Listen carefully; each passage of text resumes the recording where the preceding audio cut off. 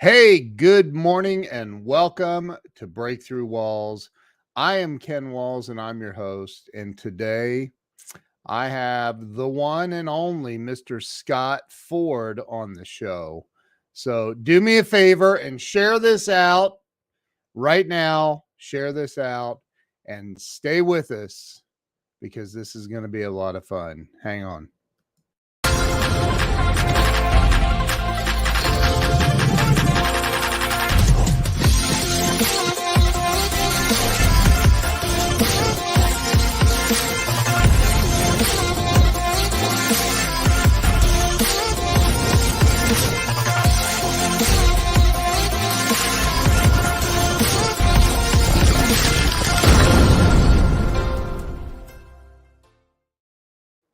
And we are back. Let me bring Scott on. Scott, welcome to the show. Hey, Ken. Thanks for having me. Looking forward to breaking through some walls. Love it. It's great to have you here, man. I appreciate you. You had me on your podcast recently, and I said, dude, we got to get you on my show. So here we are. I love it. Appreciate the opportunity. We had a good time on mine, so let's give it a whirl on yours. So Scott, I started this about a little over 4 years ago. And, it's all about helping other people, helping people break through the things that they get stuck in life. And we all get stuck from time to time. So why don't we start with you talking about where you were born and raised? Yeah, happy to do it. So born in Chattanooga, Tennessee, actually. My dad was in seminary there. So my dad was a ordained minister, a Baptist preacher. And yeah, I was only there a year. And actually, ironically, we moved on my first birthday, believe it or not. I had no idea, but nonetheless, we did, to Kentucky. He was a part of a church there in Louisville, Kentucky. Lived there for through grade school, part of grade school, and then moved to Hagerstown, really Martinsburg, West Virginia, and then Hagerstown, Maryland, which is really close. Yeah. And then have really spent the rest of my life in this area. But yeah, that was the start of things. Chattanooga, Tennessee. The great Doug Wing is on right now, and he says he is a huge Ford guy, like huge. He has a Ford GT and like 12 Ford Mustangs. Like he's a huge Ford guy. So he loved your name, I guess. So Chattanooga is a nice area though. Yeah. Yeah. I mean, you may know more about it than I do since we moved on my first birthday, but yeah, I like it. I say it's good. Have you never been back? No. Actually, we have a firm. So I have a firm in Maryland, a firm in Tennessee, Johnson City area, Okay. and a firm in Atlanta, Georgia. So that's about as close as I've been getting back to Chattanooga. Chattanooga is a nice area. I've got friends there. So now, and you live in the Maryland, West Virginia area up there in the that, the eastern panhandle of West by God? That's it. Right? West by God. That's it. So the actual one of the firms in Hagerstown is Western Maryland. So it's that little skinny part, which is real close, like 10 minutes, you're in West Virginia. Go north 10 minutes, you're in Pennsylvania. So yeah, wife and I bought a place here in Hedgesville, West Virginia, 2013, built our property in 2016. So it's where I'm at right now, the home studio. We love it. We love it. Nice. So growing up and your dad was a Baptist minister.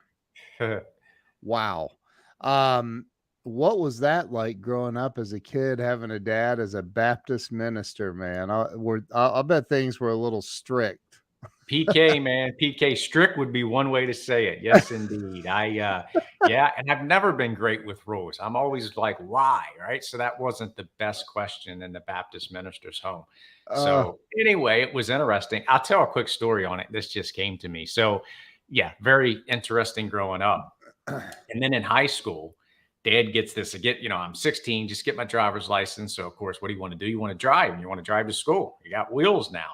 And they Fast. never really had money. Mom and dad never had money. They always struggled with it. And so anyway, he bought this used, and I mean used, I think it was older than me, Lincoln Continental. And he loved it because it was a Lincoln Continental. This thing was a friggin' boat. It was huge. It was a Lincoln Continental. It was green, and I mean like grass or tree leaf green Oh my, with white leather, not pleather interior and a white top. So guess what I got to take when I were going to drive anywhere? Yeah, well, it gets better. He decided it'd be a great idea to get custom license plates. So he did, and he put Baptist on the license plate. So the 16-year-old with wheels had a green Lincoln white interior, white top with a Baptist license plate I oh got to my rock around on. So yeah, pretty, pretty, pretty cool God. stuff. Yeah. Wow. So did you get picked on? Let's just say I took the bus and got picked up a lot. Let's just say that. Oh my Yeah. gosh. I can't. Well, hey, my first car was that I bought was a 1972 Ford LTD. Mm. And it had, yeah, I mean, so It's a I I Ford. I get, it's a, yeah, pretty much a Lincoln. So and I blew the engine up in that thing, but who knew that Mm. you had to keep oil in it at 16? Yeah, You it's know, kind of overrated maybe for it some, but really probably a really good is. idea.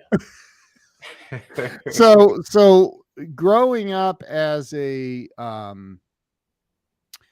Baptist, I want to dig into this a little bit, Scott. You're like, I don't want to, Ken. Oh But no, like, whatever. I, you know, I can't imagine, especially if you were a really curious kid, Yeah. um, that that had to be almost like oil and water, and I would think, Interesting. And it's like life does happen for us, not to us. So right? all of Yeah, these things are by design. Not that I knew that then. This is just me talking now. yeah, And yeah, there was some tricky things to navigate. What was so interesting for me is I questioned everything, and candidly, it's who I am. I still do. Yet what I never question, dad's a Baptist minister, so I'm not going to question, his beliefs and that because that's his thing, right? So right, growing up, and I questioned everything else. However, then I start reading on my own. I'm at, late teens, and I'm like, yeah, you know what? I don't think this is quite what it's saying right here, right? So dad's like, I've done this 35 years, boy. I think I know what's going on. And you and you said that to your dad. oh, 100%. Question everything, man. So yeah, so it's ironically, then I got old enough to question that, and then as an adult, I even questioned it more, and actually took a different path, which is what you're supposed to do: stand on your own 2 feet. All Yeah, that said, um, super grateful for my upbringing. Mom and dad absolutely did their very best. sure, Certainly believed in what they believed, and it was great. I just then decided, hey, I see this slightly different, and took a different path. But yeah, yeah, we all have our, things that we ebb and flow and learn from in our upbringing. And yeah, definitely, I have a lot of unique stories as a PK preacher's kid growing up that does make it unique. yeah. My brain just went into a story about a girl I date. We won't even. She was a Baptist minister's daughter. Yeah. Anyway, so you already know. You're like, I you don't even got it. have to say, I I know. got it. Yes.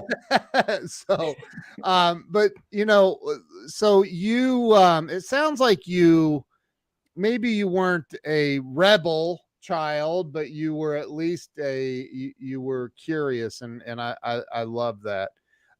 So in high school you had the beautiful the Lincoln Continental, right? Yeah. That's Yeah. the ship. I mean, those are That like, those thing, aren't cars, those are ships. the one good thing of that vehicle is if I ever got in an accident, I would have totally been safe. Thank God I didn't, but Totally. that thing was going nowhere. It would move a building. Like, those things are massive. It So you you got through high school. You graduated high school, I'm assuming. Did you go to college? So I had a small scholarship to go of all places. So my thing, my outlet was always sports, movement, doing stuff with my hands. And so it was okay. And I had a small scholarship to go to Liberty University. Okay. Speaking of talking about taking a different path, and then they sent the video. And of course, Dad was super proud. I'm the youngest of five, and none of them went through college, and I was going to be the one who did it. He also thought I was going to be a preacher like him, and I was like, not doing that either. Anyway, when I got the onboarding thing for this school, it was like I had to wear a tie, and I think there was like a curfew. I forget what it was, like 10, and mom and dad really did not have any money. So, like, not having a full ride, there's no way they could afford it. So, I put those two things together. And then, third, what I really wanted to do, it wasn't school at the time. So, I literally decided not to. It broke his heart a little bit, but decided not to go and ended up starting my own business right out at 19. And I've never looked back. I'm doing the same thing I did then at 19. So, I just took the entrepreneurial path immediately, and it has served me extremely well. And did that go over like a Led Zeppelin? Like, That's a really good, yeah, yeah, maybe more like AC/DC. That's how that landed. Yeah, those bells. not super excited about it, and it Wow. all played out perfectly like Sure. life always does. And Yeah. Dad, before he passed, certainly was happy and proud of what I had done with Yeah. my adult life, right, and the path and the career I had taken and what I did with it. And so it all worked out swimmingly, we'll say. The conversation of not going was not so swimmingly, Right. but nonetheless, it worked out absolutely perfect. So talk about at at 19 years old. Well, so you graduated high school at what, 17, 18, Yeah, um, 18. Yeah. 18. And then what were you doing? Were you working? Did you work going through school or high school? What Mhm. were you doing? I did. McDonald's? I did. Yeah, so I mentioned sports were my thing and doing anything with my hands, and that's the case today. So in middle school, I can remember as a kid putting, stuff together, like putting the car kits together. Like that was my thing, man. Let me alone, give me the glue, give me the things, let me put it together. And then in middle school, got interested in magic. So I started buying magic tricks at the local shop, then talked this guy into letting me work there, even though I wasn't old enough to. So he worked that out, under the Wow. table without making it official. And then started doing birthday parties for other kids, Wow. and then would go to restaurants and do table magic and get paid to do that.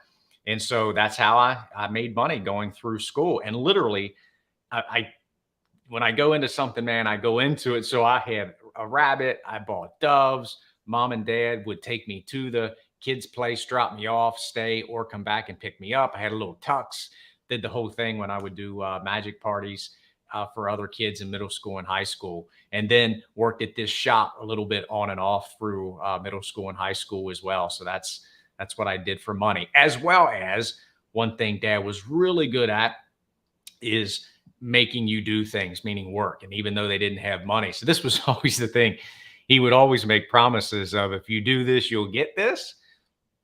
It rarely happened. We actually got it because he didn't have the money to do it. A lot of times, if you're weeding the garden or they Yeah. built a new church, and I was, in middle school, I think it was in seventh grade, I roofed the entire addition on that church. And at the end of the day, he'd bring me something to drink, like a Pepsi or a Coke or something, when he would pick me up. So I never did quite get the allowance that we talked about, but I did make some money doing magic. So that's how I would. And in high school, he would give me some spending money when I would go do stuff if I needed it. So Some in some Baptist circles, being a magician would be frowned upon. yeah. Yeah, there was a question mark there, right? And I'm like, look, it's and first of all, being curious and doing your own thing. I've always Right. been that. I still am. So, I took some licks for that. But I was like, look, it's sleight of hand, right? So this is not like that kind of Yeah. magic. This is Black just magic. yeah. This We're is not summoning demons here, Father. yeah, but if just not yet. So where I'm at the early stages. So it was all good, but it was a conversation. Interesting that you would pick that up. It was a conversation we had. Well, I just think I know I know I yeah. So so you're doing magic. That's interesting, but that's not the career path you took at 19. You didn't become David Blaine. Like you chose a different path. I did. I And did. what was that path? Yeah, so I'm in wealth management. Money, I've always been curious. Well, here's what I've always been curious about. I've always been curious about what makes people do what they do. Why? How can, you think of kids that grow up in the same household. How come one turns out doing one thing, someone turns out doing something else?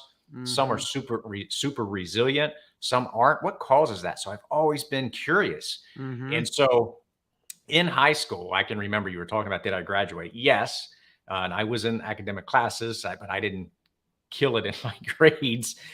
Wasn't that interested in it. So I remember junior year in high school, can still remember the teacher's name, Mrs. Chestnut. And we had to do a term paper. Well, the time came to turn in the term paper. I didn't have mine. And she asked why. And I was like, I'm just going to say, I just really didn't want to do it. I mean, it's nothing, no, nothing better than that. I could say a lot of things. I just really didn't want to do it. Right. So she said, would you be open to do a presentation, an oral presentation on your paper? I said, sure. She's like, next week, let's do it. So my paper was going to be on goals and motivation because I was always curious, what does make people tick? Why do they do what they do? So I got up and did an oral presentation on goals and motivation, got an A, and there you go. And So you so, didn't have to do the actual paper like every other kid. nope. Wow. So I I love look it. back now and I go, well, what's so funny now is like I'm working on book number 4. So I didn't do the term paper, but like I've done 3 books since. So it's like if she were still living, I would love to share with her that, and I really mean it, the ability to think outside of traditional thinking and what the rules were, Yeah. and give someone an option of what their unique skill set is to still be able to thrive and present their put their best foot forward in the way they learn, the way they communicate. And she gave me that opportunity, and I got a good grade in doing it. So I literally would love to thank that lady. So if you can hear me, thank you, Mrs. Chestnut, because it gave me an opportunity to say, hey, you don't have to do it the way everyone thinks you're supposed to do it. You do it what works for you and can still benefit from doing it. And you found a what's the term? Like you found your own path. You're like I just didn't want to do it. And I love the honesty too. I didn't want to do it. And so I Yeah. didn't. But and she like the fact that she didn't just flunk you and she's like, "Hey, how about doing it an oral presentation?" And I've What? had those who've done that, like, hey, you're getting an F and you're going to get flunked and we'll Yeah. see you again. However, she Right. didn't she didn't, whether I want to see you again or not, it's another story, but she didn't Right. do that. She really gave me an opportunity. So, kudos, good to her Wow. for That's awesome. doing that. And that was something I don't forget. And I do remember her saying, in my 26 years of teaching, I've never had anyone not do a term paper. And, she wasn't happy with it. She wasn't mad at me. She just wasn't happy. And I said, I'm sorry, Mrs. Chestnut. I just really didn't want to do it. Wow. That's incredible. So back to the chosen path. Yeah. At you said at 19 Hmm. you started your own business. What was it? Yeah. So I started in insurance and financial services. And Dad did say that he thought I could do good in this realm, and he never took a salary, as it was a small church. Never was able to afford to take a salary, so he did do health insurance and would be a representative for health insurance for small business owners. So I took that path on my own, based off of a recommendation he gave me. And one of the reasons I've always been curious, just like I said, goals and motivation. Why do people do what they do? Right. I witnessed mom and dad really struggle with money. We just didn't have money ever. And I can remember definitively, I was in middle school. I came home one day from school, heading up the steps with my backpack, get to the top of the steps. Mom's at the dining room table and she's crying. Well, that may happen to some. I had never seen my mom cry. I've seen mom cry twice. Once was next was when her dad had passed. And so that's not how she showed up. She obviously had emotions. She just didn't show them that way. And so I knew something was serious. So I went to my room, just kind of let this thing lay down, and overheard them talking. It had to do with money, and come to find out they were needing to file bankruptcy. And, she had felt like she had no control over it, yet she paid the bills. And obviously that's extremely emotional. And so that left an indelible mark on me. I'm like, gosh, they never had money. It's hedged in, or it's constrained their freedom to really live life fully. And I'm going to figure this out. So goals, motivation, and money always had an interest because of childhood memories and kind of the path that, the family you grow up in does have a trajectory of what you get into. And so that's what really led me into this field. One, doing something on my own. I knew I was always going to be business owner and entrepreneur for sure. What led me down the money path was that upbringing is saying money, it shouldn't be that complicated and hard to figure out. And so that's what sent me on the quest at a very young age. And I'd like to for you to weave into this that you're like a ninja or something too, right?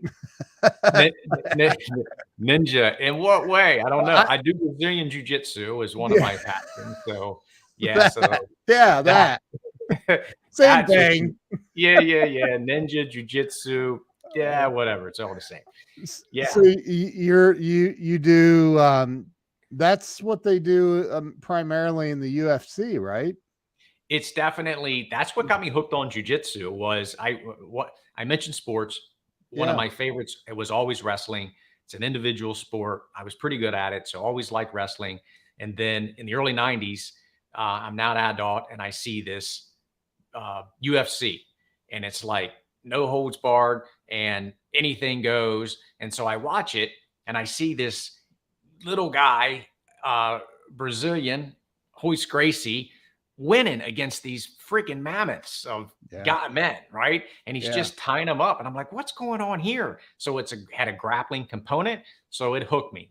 And in 96, I started going down to Baltimore and started training in jiu-jitsu at a academy in Baltimore, which was like a hour and a half, 2 hour one-way ride.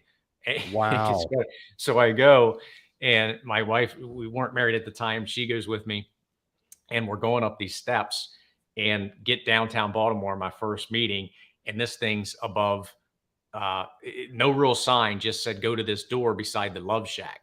Well, the Love Shack is basically a porn shop. And it has this door right beside of it, downtown Baltimore. So I'm walking up these steps. You can barely fit. It's 96. I'm like, man, none of this feels right, but I'm doing it.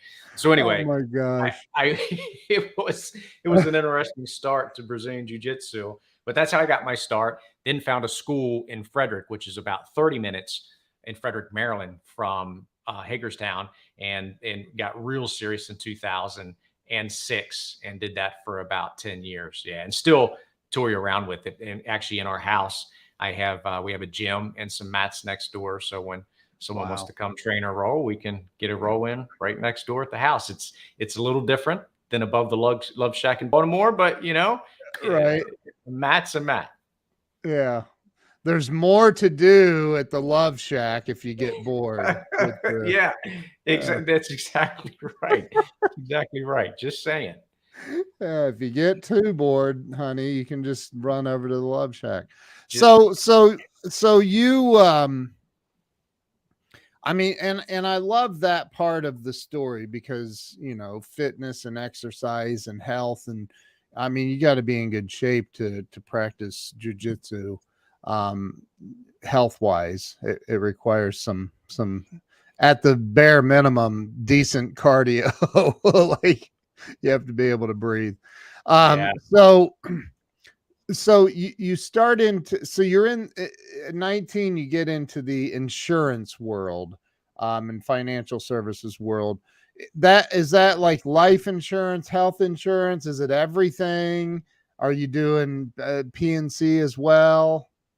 Yeah, just health insurance, Ken. So when I started, it Okay. was doing health insurance. Then we would do some other type of health benefits planning for small businesses. And at this time, it was primarily small business owners in Western Maryland. So, really, the pattern and theme throughout my growing up in life, because dad was a big fan of small businesses, Yeah. is working with business owners, entrepreneurs, and small businesses. And so, that's been my thing from day Yeah. one as a kid, still Yeah. is today. And then putting patterns together and recognizing things and working to simplify things. That's just, it's been my driver then. And that's what's cool with jujitsu. I didn't finish that. You mentioned, isn't that the thing? Well, with mixed martial arts is what it's now called. Yeah. It's mixed martial arts. So you Yeah. need jujitsu, but you also certainly need wrestling. You also need stand up, whether it's Muay Thai, boxing, some sort of striking. You need it all. So Yeah. it's just putting those pieces of the puzzle together. So I wanted to close that Yeah. loop because I didn't think I mentioned that. But for me, it's been that pattern of, so being a small business owner and entrepreneur, supporting small business owners and entrepreneurs. And for me, it's been money from that aspect. How can we make money simple? Because it doesn't need to be that freaking complicated. I think it is that complicated because people take advantage of that. Yeah. Wall Street and big corporations take advantage with this complexity of the consumer, like Yep. my mom and dad, like these small business owners that I was helping them with their health insurance, and Yep. they're great people, great at their trade and what they're doing, but it was complicated. So they were trying to put all these pieces together, and that's what led me to, how do we like create a one-stop shop for these people so that they don't have to, okay, they got the health insurance with me, then they got this investment person, then they got their wills and trusts with an attorney, real estate attorney, then they got a CPA on taxes, or they're doing their own, then they got an insurance person on PNC. It's like convoluted, complicated, and it doesn't need to be. Wow. So I have a back to the mixed martial arts. I just saw, I think yesterday, I didn't watch it, but something in YouTube popped up about that Jake Paul guy is challenging Mike Tyson, and so I I've watched a lot of Mike Tyson stuff because I just love him or hate him. I like there's a wire that would flip in his brain, and if it did, you are just screwed. Like, right? So Totally. what's your prediction if that went down? It would be Tyson or I mean, as the great philosopher Mike Tyson once said, everyone has a plan until they get punched in the face, right? So I'm going with Tyson, just I saying. know, right? Yeah, I I'm love going with his I love that. philosophy. That's one of my favorite quotes, actually. I love that. Yes. Um, And it's right on. Right. Actually, and on that note, right, I hear him on podcasts. I really think that guy has grown. And when you hear him talk about what he's up to, what he's been through, what he's doing now, yeah, yeah, there's a lot of depth that maybe you don't see if you just see this freaking beast in a ring, the way he would just go out and destroy people. But he's on his own growth journey and healing yeah, process, and yeah. kudos to him. But and that kind of it's funny because that quote that you just said is a metaphor for life, for business, for everything, right? Because 100%. you can have and I so I want to talk about and I love the money piece and I'm 50 how old am I? 50 53, 54. I was born in 68, so I'll be 54 in July. And I think, is that right? Yeah. Geez, Mhm. I'm 54. That's crazy. I got Um, you. Yeah, yeah. 54. I'm decent with numbers. I'm gonna say you're 54. I'm not yet, Scott. So just hang on. Give me a couple months. But so, and I've owned businesses for most of my adult life. It's so true. Everyone has a plan until they get punched in the face.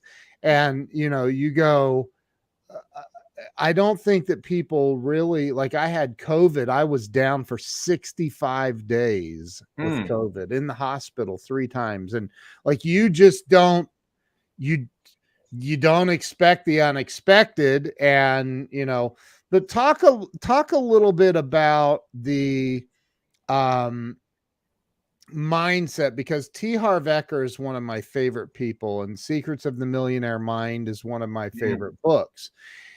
You talked about being raised by a Baptist minister that they that never really had a lot of financial success, you said. No. And I think that there, some of the reasons may be around mindset, quite honestly, right? I mean, Yes. there is a certain degree of, you got to stay broke in certain religious arenas. i I think I'm saying that right. But talk about that, the mindset around, excuse me, around business owners and money, and how to have the right mindset. How do you help people get into the right mindset financially? Yeah, you're spot on. That is it. And that's a piece of it. Certainly with mom and dad was mindset of is why they didn't have a lot of money.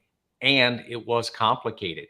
You're spot on with mindset. And you're also spot on that it's part of being in business. So for me, what's worked is tying, as I said, the interest in motivation and goals, and then tying money Right. to that, they tie together. So getting clear on what you really want, why you really want it, that's the path of how you're going to create money. So what I have put together through the years, I've been doing this since 91. And what I have put together is a process that it's just me scratching my own itch because I hadn't seen it out there. And I call it the infinite entrepreneur. And that is, in business, we can get too hot or too cold. And I've done both. Too hot, Yep. where I'm just all about work, I'm busting my hump, and whatever it takes, I'm going to get it done Yep. and do. Then life gets out of balance. So when you're at work, you're thinking you should be doing something at home. When you're at home, you're thinking you should be doing something at work. Or you go the opposite and you create this lifestyle business where you're around, you're working 20, 30 hours a week. And both are, by the way, no judgment. It is what it is. It's okay. It's just the challenge with that is you're not creating enough value to keep A players on your team. A players are who serves the client. What are we getting paid for to bring value? You have to have a certain amount of growth to be able to reinvest to create additional value and keep this thing going. So Right. we flipped that from living too hot, too cold to what I feel like is a more balanced approach called the infinite entrepreneur. I think this will answer your question. There's 4 pieces of the infinite entrepreneur. The first is, you'll see the sign behind me, Legato Family, with Rich Christensen and Andrea. We put Yep. together this. How do we create these family values and get real clear on who we are as a family, our mission?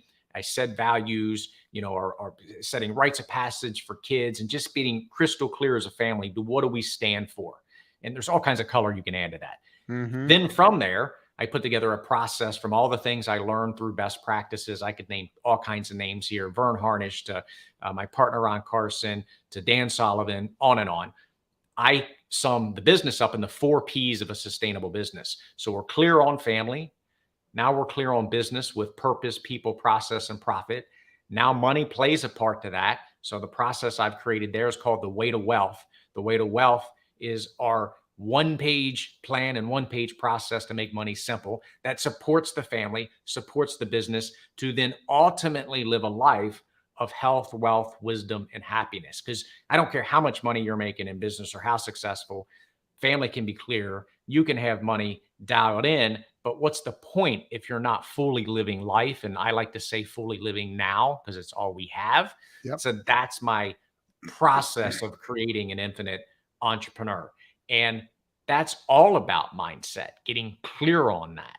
Yeah. And then if we were to just think about money for a second, I think where people misstep or trip up is they just follow conventional wisdom in all these aspects: conventional wisdom of your family, for your business, for your finances, and in life. And none of us are that. So like we try to do what everyone else tells us to do with the money, but we're all unique. Yeah. So some of us should focus in on what our skill set is, our investor DNA, our unique makeup of what we've been created to be. Some of that's a business owner. It is for me, clearly has been for you, partner Rich, same. Yeah. Some, it might be real estate. Like that's their skill set. They love it. They know it. They're interested in it. Some, it might be investing in the market because they're really good with paper assets or things like that. Some, it might be commodities, gold, silver. The point is knowing who you are there. What is your skill set?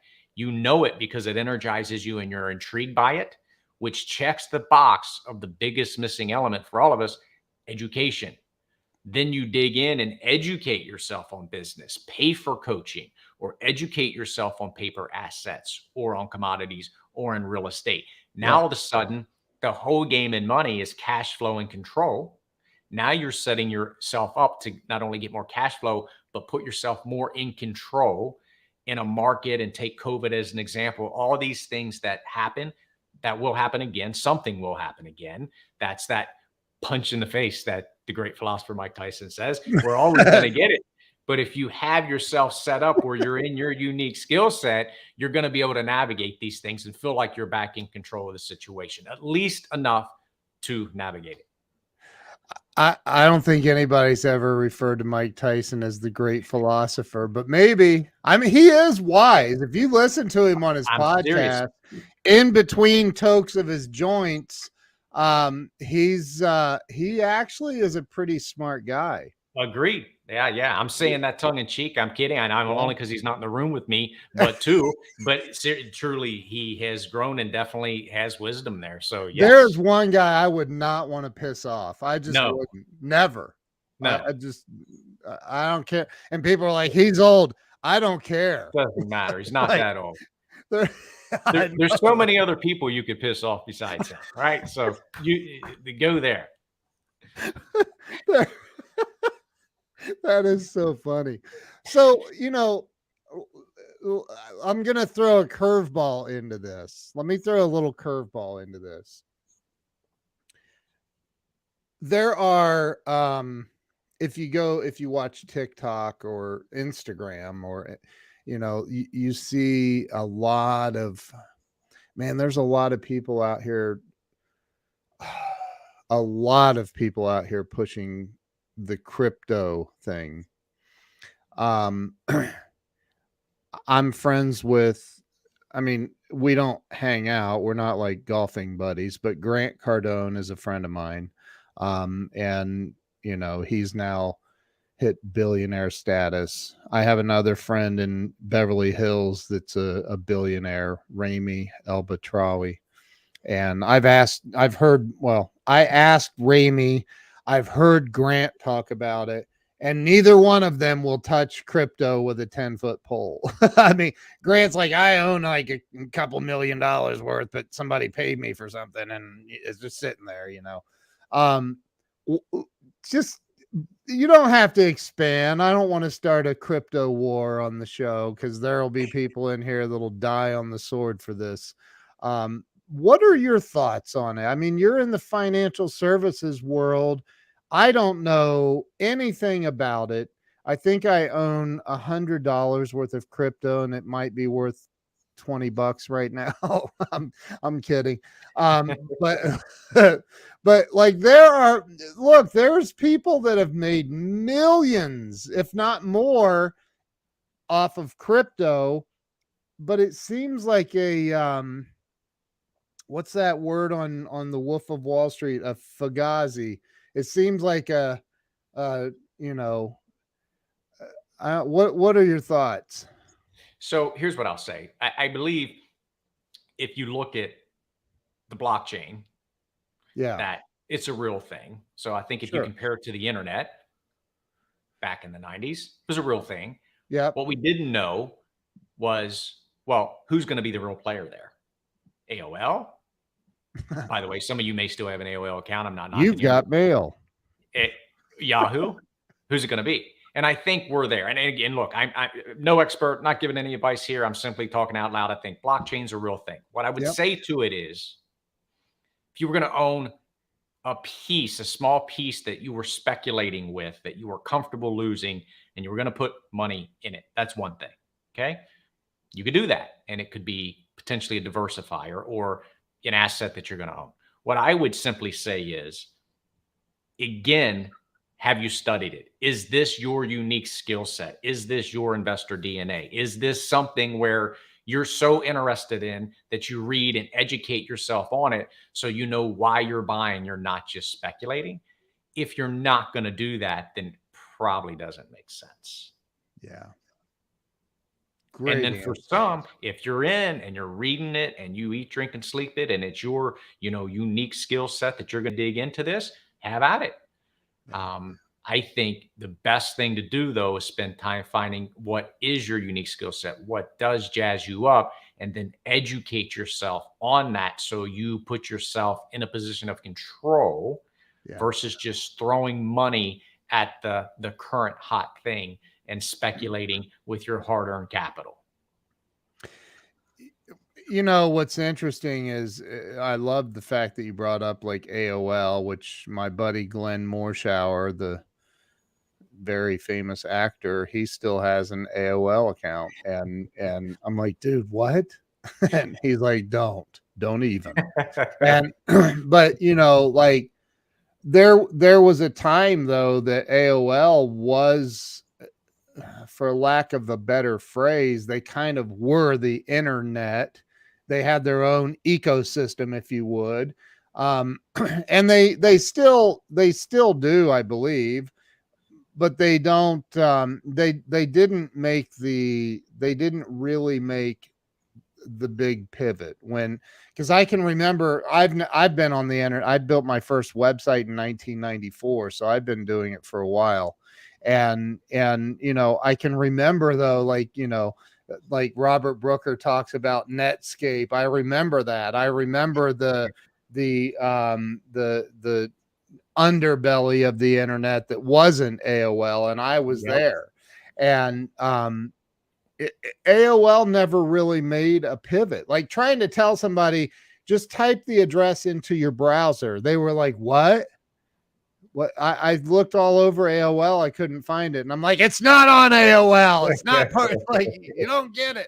But, so where do you see things right now in the financial services world, especially with the blockchain and crypto and Bitcoin? And I mean, where do you see things kind of shifting? Because there's a tremendous amount of, I believe last figure I heard, is that it just in the baby boomer generation, there's well over $1 trillion sitting in retirement funds, in the baby boomer, just the baby boomers alone. Yeah. So where do you see things shifting, or do you see a shift? Is it business as usual? Yeah. So here's how I think about it. So, the way you structure it matters. So this is how I think about this, and this may be helpful to share to your audience. So how do you frame this? Well, ours is the way to wealth. So this is how we look at, this is how I view the financial world. It's literally how I run our household finances. So the way is living now, living in the present moment, meaning let's use funds and money in this capital, which, by the way, what is money? It's a means of exchange. It's not the actual wealth. Wealth, the actual root definition, is we all. The word comes from we all, WEOL, which that definition is well-being. So that's what we're chasing. So how do we use money as a tool and live in the present moment? Two's the team. The game is won or lost by the team that you pick. Then wealth is an acronym. I'm not going to go through that whole process. I'm just going to try to synthesize this down to, you have to have a foundation before you start deciding where you're going to invest your money. Foundation is a tax reduction plan, estate legacy, insurance, interest rate credit, etc. All of that should lead to more cash flow to you done properly and more control to you done properly. So if you were to put together a strategy where you saved $50,000 of taxes this year and every year thereafter, that's a guaranteed rate of return. You can't say that anywhere else, right? So if it's a legit tax move, that's where you should be focused your time and energies, on that foundation. Then if you start thinking where to allocate capital, which was your question to me, I believe, because of where are we at in the market and where's this thing shifting, we use 3 buckets. We use 3 buckets of money. The first is savings. The second is income. The third is growth. All right. So if I knew nothing and I'm listening, this is exactly how I would structure things. I would focus on savings first. What's that mean? Savings is liquid emergency opportunity money, something you can get your hands on within 30 days. Because what people will say, Scott, I am saving, like I'm maxing out my 401k. That's not saving. That's investing. You're not getting your hands on that Right. in 30 days. Right. Right. So let's max. And for me, I have close to 50% in savings. That type of, not just a savings account. There's all kinds of different options to structure that, which at some point we may want to get into or another time. But the point is, whatever your comfort level is, I recommend minimum 1 year, but some a lot more, like me, a lot more. So savings, so you have emergency opportunity money. So when you have some sort of crisis or some sort of situation where things get drastically undervalued in an area that you're educated in, you can take that capital, that warehouse of wealth, and capitalize on that situation. All right. Second, income bucket. Income, I recommend having all expenses covered by some sort of passive income stream. So if we have this chunk of capital in a savings, we have a chunk of capital in some sort of income producing asset. Again, what's your unique skill set? If it's a business owner, then you should focus on businesses for that passive income or real estate or whatever it is that's your unique skill set. Now, Crypto. maybe if that's your thing and you can have an income strategy, I won't argue with it if it's your I'm thing. totally joking. Don't Well, focus on crypto. That's my advice. then third is growth. And once you have the foundation, the savings and the income where you're taking care of with passive income for your expenses, you can swing for the fences on growth. And maybe it's crypto, maybe it's buying another business, maybe it's paper assets in the stock market, etc. Again, back to what you focus on. So that's how I think of things. And then because of that, I don't have to always get right what's going to be the next big thing. I'm going to focus in on what I know through education and allocate myself in a way that puts me in the driver's seat and is in much control as I can be to navigate whatever the market throws at me. Look at what did Ray Dalio talk about in his all-weather portfolio? It's the same kind of thing. How can you structure yourself in such a way that you can navigate really anything that the market throws at you?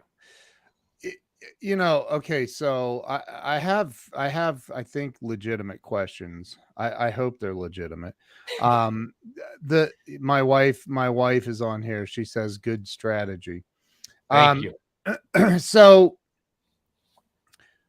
and she met Rich out in Utah as well. So we love Rich, your partner. Yes. So I'm a dreamer. I don't know how else to say it, right? When somebody starts talking about all the stuff you were just saying, and I couldn't repeat that if you paid me $1 million. But when my brain goes, oh God, could you please get to the exciting stuff? Like, how do we make more sales? Like, how do we grow this thing? How do we get people excited about it? And it really does. And it's not, look, it's just a difference in right brain, left brain, whatever it is, right? I like the creative, fun, big picture. Let's, and I love what Grant Cardone says. He says, first off, he says you can't save your way to wealth. And I truly believe that to be a fact. You can't save your. I look at Doug Wing, whose father built who's on here. He was on here. His father built the Little Giant Ladder Company, right? It's a $300-400 million a year company now. And they're huge, third largest in the world. And I guarantee you, Hal Wing did not have an investment strategy when he was out hawking ladders in the beginning, and then people are like, wow, this thing is freaking awesome. And then he got on QVC and the infomercials and all that stuff. But so for the guy like me who finds this please don't take this offensively, Scott, because I think the world of you. I'm easily offended. Well, plus you're the jujitsu guy, and I'm not. So I was raised in a Baptist preacher's home, brother. I can't be offended. Throw it out there. Yeah. So for the guys like me, that my brain shuts off. Like if somebody said, "Hey, do you want to go to this financial wealth planning seminar?" I'd be like, I'd rather paint a wall and watch it dry, and I hate to paint. So like, how do you get somebody like me excited about this? Because I'm more interested in how do we sell 1,000x of what we're selling to create wealth. And I know it can be done. There's more than one way to skin a cat, right? So I know that you can go, well, you don't have to have these 3 buckets to create wealth. I truly don't think Hal Wing had 3 buckets. He just sold a lot of ladders. How do you get me excited about that? I'm sorry. I don't know how else to ask that. Yeah. No, and I don't know that you can. What I would say is this. It's what for sure selling that many ladders and having this big vision and then creating that big vision and then just selling a ton. Yeah. You can make a lot of money. Sure. I don't know that you keep it that way. I do think you focus on, so I'm not going to say take it and diversify everything, what most people would tell you that's in this line of work. I don't buy into that. I will say if you take someone like Richard Branson, and I don't know Grant, so I can't speak to him, but I've certainly met Richard and have heard a lot of his methodology and how he thinks. And I believe the most successful entrepreneurs are very disciplined, meaning they're not just swinging for the fences, launching bullets randomly and just getting lucky, right? They're very methodical. So what I mean by that is forget the buckets, whatever strategy you want to put in place, my suggestion is put a strategy in place where you're protecting the downside. And if it's using the 3 bucks to do it, that's what I do. But I think you need to have a strategy where you're protecting the downside. I believe if you protect the downside properly, the upside will take care of itself. So what I'm saying is I think a lot of times people think these people who are doing so well are just gunslingers and they're just, I don't believe that to be the case. I do think they are slinging, but that's after much thought, weighing the downside. What is my risk in this? And now they're comfortable swinging for the fences when it's time to swing for the fence. So that's what I would tell you. It doesn't have to be the bucket strategy, but yet having a strategy where you thought about the downside. So you're thinking risk reward and you're not getting lost in a spreadsheet, because the irony is spreadsheets bore me to death. Like I'm a business owner, entrepreneur guy. I just happen to be one in wealth management.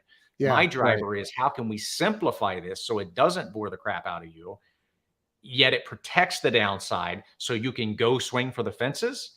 That's my goal. I believe business owners, entrepreneurs are the backbone of the economy. So let's get them set up a way where this money thing is simplified so they can go create jobs. They can create new things that create value for people's lives. Yeah.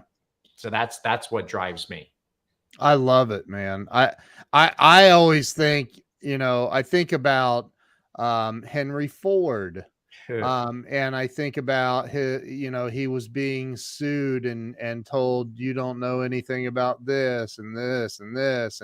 And he said, on my desk, I have these buttons that I can push and get the answer to any question that you can throw at me. I can have somebody by my side instantly. Yes. And I think, for me, I've always thought, first off, I thought that's cool. I need some buttons on my desk. Yes. Right. And I think everybody does. I think that I need to be able to call Scott Ford and say, dude, I don't know anything about this. How much do I have to pay you to make this work? Yes. Right. I spoke. I didn't get into this because I didn't want to talk about my process. The way to wealth is so whatever process someone's using. Here's what I'm going to say. The way I talk about living now, the 2 is the team, and I went through that fast for sake of time. I did say the game is won or lost there. You're adding to what I was saying, and it's exactly right. The team is exactly what Henry Ford was saying. Yep. He's got that number 2 that represents the team. He's got on his desk a button he can hit no matter what question you have. He's got that answer on his team. He Yep. doesn't need to have the answer. That's why I said it that way. People don't have to know the 3 buckets. They don't know have the foundation. They just need to know they have a team who knows all that stuff and knows them well enough to know what the right best answer is for them. So somebody that may be new in business, somebody that may be new to this whole thing, right? That maybe I mean, look, when I started my business in 2007, great year to start a business, by the way. Nice timing, yeah. Yeah, right at the end of 07. Just perfect timing. Um, but for somebody that's like bootstrapping and living off of cash flow, which is, man, that's so hard to do. What do you say to them? How do they get to the place? Is it just one day at a time? I mean, how do they get to this place where they start focusing on legacy? They start focusing on wealth building, and their plumber business is finally taking off, or whatever it is, right? How do Yep. they have that mindset shift? Yep. So here's how I would answer that. And literally, that's what Infinite Entrepreneur was created for. So I'm going to give my best answer, and then I'm going to backtrack just a little bit. So my best answer is you start with some process with family. Ours is Legato family. How do you get clear on who you are, what you really want as a family? Because we talk about business owners being the backbone of the economy. I totally believe that. Business owners are families. So let's get clear and on the same page there and in alignment. Then best practices in the business. Then we use way to wealth, but whatever. The key here is you have a plan, and it's not some Excel spreadsheet. It's clean, clear numbers that mean something to you. Because I think in business, we play games and we're not true on our numbers. So we're actually lying to ourselves. Clean, clear numbers. And then the life piece.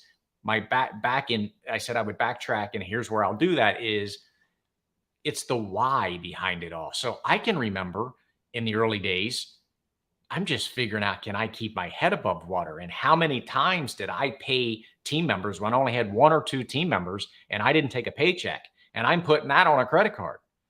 I did it a lot in the early days, just trying to figure it out. Why am I still here today? Because my why was big enough and inspiring enough for me to keep at it and figure it out. My why was making money simple, because what happened when I was a kid watching my parents, what happened when I'm watching these business owners screw things up because money's complicated. So my why is big enough. My why now is helping 1,000 business owners between 5 million and 100 million in revenue, like me, build to exit. It doesn't mean you're going to exit, but if you build to exit, you're going to have a better quality of life so you can enjoy it along the way, which is all you really have. And they're the real backbone of the economy.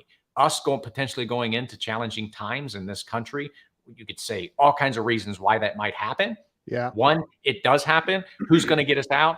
Entrepreneurs. Yep. Being creative, having a big enough why, coming up with solutions that no one's thinking about now. That's who I want to serve.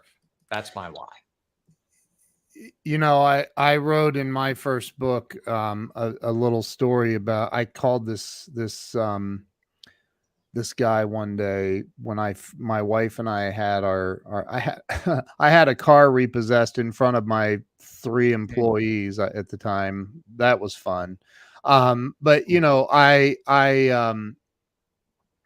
I called this guy, and I only had 1 employee at this one point. I called this friend of mine. His father owned a company, still does, doing 150, $200 million a year in business. And I said, I'm not calling you for a loan. He was in his, I'll never forget, he was in his 750 IL BMW or whatever, like heading to the country club to play golf. I'll never forget that moment. I said, I'm calling for advice, not money, advice. And he goes, sure. I go, I have 1 employee that's fairly new, and I can't make payroll this week. And he goes, "Oh, that sucks." And I go, "Yeah, it does. It really does." And I said, how do you, and I'm standing way out in the parking lot of the office because I didn't want this guy. He didn't know I couldn't make payroll yet. And, and, and, and I'm like, how do you make it, man? I mean, did you ever struggle? Because, you look at somebody worth hundreds of millions or even millions or billions, and you think they've had it on easy street their entire career. It's been, all Yeah. unicorns and rainbows. And he's like, "Hey, look, there was a time," and you said something that reminded me of this story. There was a time when I had 40, 50 employees, couldn't make payroll, had 5 credit cards completely maxed out at $300,000 in debt in credit cards Mm. with high interest rates. And I had to call them all together and say, "We can't make payroll this week. We got some receivables out there. We'll get payroll made next week." He said, and a lot of people quit. A lot of people walked out, and a lot of people believed in me and stayed in the fight. And those people are now all multimillionaires. Mm. And it gives me chills, just, Yeah. and I was like, "Really?" And he goes, "Oh," he goes, "I had to file bankruptcy at one point. I mean, he goes, if you want the secret to success, not that there is a secret, but if you want the secret, this would be it. You stay in the ring, you keep running, you keep fighting, and you don't let that blanking tiger catch you." And I'm like, "Really?" And he goes, "That's it." And I go, "Wow." And I go, "What's the tiger?" And he goes, "I gotta go." And he hung up. I still don't know what the tiger is, but I'm just trying to make damn sure it doesn't catch me, whatever it is. So, Maybe it's all you needed. well, it's like there is, no matter what business you're in, there's this, it, it's always, you're always, you got to watch the ropes. You got to keep moving around the ring. And am I wrong? No, it's spot on, spot on. I'll add one piece to that from my perspective, and that Yeah. is you are spot on, and that's the why. Like if the why is big enough, you can keep running from the tiger Yep. because you know why you're doing this. The add-on that I'll say that if I had to go back and tell the younger version of me when I was doing all this is also what is the game? And remember what I said wealth Mm, was. Wealth is a sense of well-being. So and I know yeah. it's easier said than done, right? When you got $300,000 credit card debt and all this guy's situation, I'm just saying, doing our best to enjoy each day along the way and doing our best to be grateful and have a sense of well-being, that is wealth. Yeah. So like we can have a big why and we can run from the tiger and we should and set ourselves up in a way that we can do our best to enjoy the journey along the way. Because why else are we doing it? I mean, yes, the why, because you have a big why. But once you get to that, then what? We're all just wanting to be okay. And setting yourselves up to recognize that, I think I could have enjoyed the journey along the way even more, which is my focus now. I mean, and I don't disagree with you. I don't know. I'm not sure why everybody loves that whole Simon Sinek thing, about start with why. I never, it never resonated with me. I don't know why with him, with that whole, and maybe it's because of the chip on my shoulder. I'm not sure. It could be that. But I think I do agree that you have to have a why. And I sit here at 54 years old almost thinking, have I really clearly defined my why? Have I really done it? My question for you would be, do you have a why behind the jujitsu thing? Is there really a why? Is it, I'm going to kick Mike Tyson's ass one day and that's my why? Not that he's into jujitsu, but does there have to be a why behind everything that you're doing? I don't know that there has to be, Ken. I would like to think there is for me. And how I would answer that would be all of my life is framed under health, wealth, wisdom, and happiness. Health is spiritual, mental, physical. Yeah. Wealth is that idea of being financially free. That's the way to wealth piece. It's having enough. It's Yeah. having love in my life. The whole game to me is about love. Yeah. Wisdom Yeah. is about living in the present moment. It's about having a lot of experiences create wisdom, being a lifelong learner. And then happiness comes from having relationships, having a dream that you're contributing to, and then being grateful. So everything I do falls in those categories, and jujitsu would firmly frame in lots of those, but specifically the physical and mental health piece. It's an Love outlet, that. right? So that's how I do my best to frame and live. I absolutely love that answer, man. So, last question for you. And I know we're a little bit over. Are you okay on time? Yes. Last question is, and I ask everybody this. Number one answer is fear, so you have to do better. The you're like, oh God. When it comes to these, it's one question, but it's two part. When it comes to people, business owners or people in general, what is it that you think is holding them back from, number one, real financial success, like real financial success, and number two, and I do think they're related. I've been broke and homeless, and I've been wealthy, and homeless is not better than wealthy. I'm just going to put that out there. Number two is freedom. What's keeping people from financial success and freedom and happiness, real freedom and happiness in life? I would say clarity.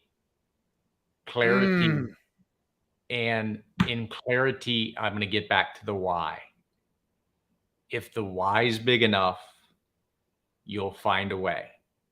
And the second piece to add on to it is who. And Dan Sullivan and Dean Jackson coined this who, not how. And totally agree. With clarity and the why that's big enough that you're like, this inspires me. This is who I am here to be. I was created for this. With that, then you find the who's to figure out the how. wow. Almost sounds like a Dr. Seuss. Maybe it's where I learned that. See, it all goes back to childhood. Oh, and the other reason, my other why I didn't mention is so I don't have to drive that freaking green Lincoln Continental anymore. Good Lord. Can you even imagine? Dude, especially with the price of gas. Right? Exactly. Yes, it would be unaffordable. You're like, it cost me $6,000 to go to the grocery store. Oh, Scott, you're awesome, man. I should have asked you this up front. What is your website address? Yeah, go to The Way to Wealth, and it's a number two, the number two wealth, thewaytowealth.com. You can also find me at legatofamily.com. The Way to Wealth, right there. That's it, man. Awesome, dude. Scott Ford, you, sir, are awesome. And I genuinely appreciate you coming on and sharing your wisdom. Is there a place on social media that you're most active that people can follow you? Yeah, I mean, probably Way to Wealth's the best starting point. I do have a Facebook page and Okay. all the socials. Okay. Just with my name, Scott Ford or Scott D Ford, you could find me. But yeah, man, thanks for having me, Ken. Keep doing your work. What you're doing, it's great. It's fun to do and inspiring to hear your journey and what you're up to as well. So yeah, keep doing your thing. I love it, man. So if you'll hang on, I'm gonna end the live stream, but I do want to say thank you again for being on today and sharing your wisdom and your dude. Everybody needs to be following Scott Ford for sure. So Scott, thank you so much. I appreciate it. Thanks, You man. guys all have a great day. And we will see you all later. So hang on for me, Scott.